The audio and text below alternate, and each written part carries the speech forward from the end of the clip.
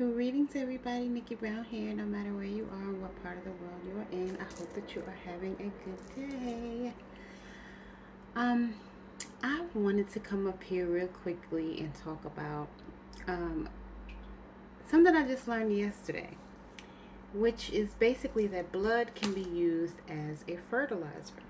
Now, in understanding, or my understanding, is that we should, in fact, return everything to the earth. And when I say everything, I mean our bodily fluids, right?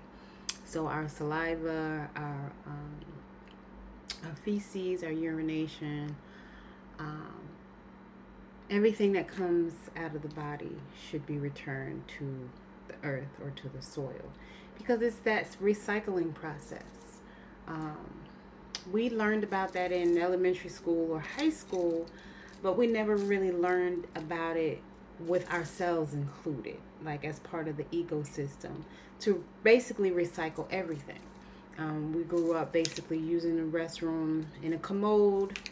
Um, if you need to your saliva to come out, you normally do it in a tissue or again in the commode or something. I mean, if you're out on the street, you may um, allow it to fall onto the ground, but typically we don't think about it in this way, and that is fertilizer. So, blood naturally adds nitrogen to the soil. Again, this is some people may know about this, but this is not something that I was familiar with. Not even just returning it to the soil outside to help fertilize, say, your fruits and vegetables, but also house plants. Um, excuse me, and menstrual blood is one of the ways that you can fertilize your plants as well. Again, it's like a recycling process and returning everything back into the earth and allowing it to grow and replenish using natural sources. Another thing that I didn't know is that a lot of organic farmers use blood to fertilize the soil, right? Again, this is not something that I was familiar with before. I'm not sure if you are familiar with it.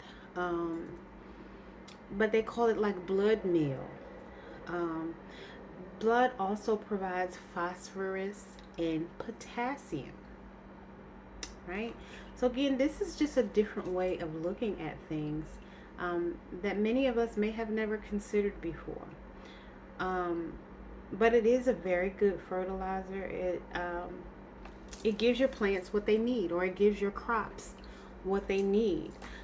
You can, of course, get it from animal blood as well. Um,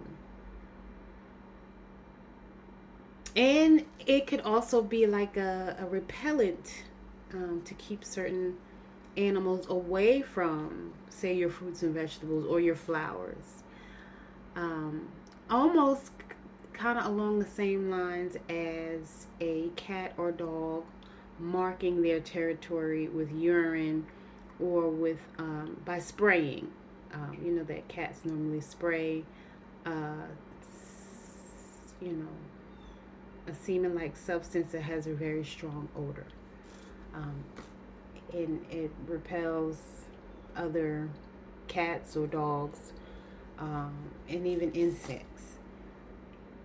Um, it will acidify the soil and it's good for acid loving plants. And it's like a slow release fertilizer, so it would last from 1 to 4 months in your garden or in your house plant, and then you would just um,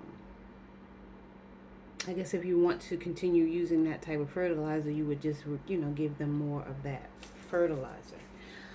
So I just really wanted to share that because again, it's not something that I thought about before or was even familiar with before. If you want pretty green grass, use blood to fertilize. We've heard of like cow manure and other types of manure, um,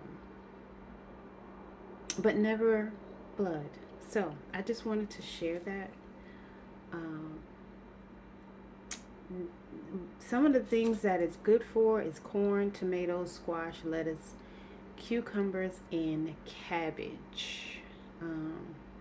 If you replant in the same bed year after year, Blood meal would definitely be beneficial for that, because you know the crops usually deplete the soil of the nutrients that it needs after a while, and so that's why people turn the soil over.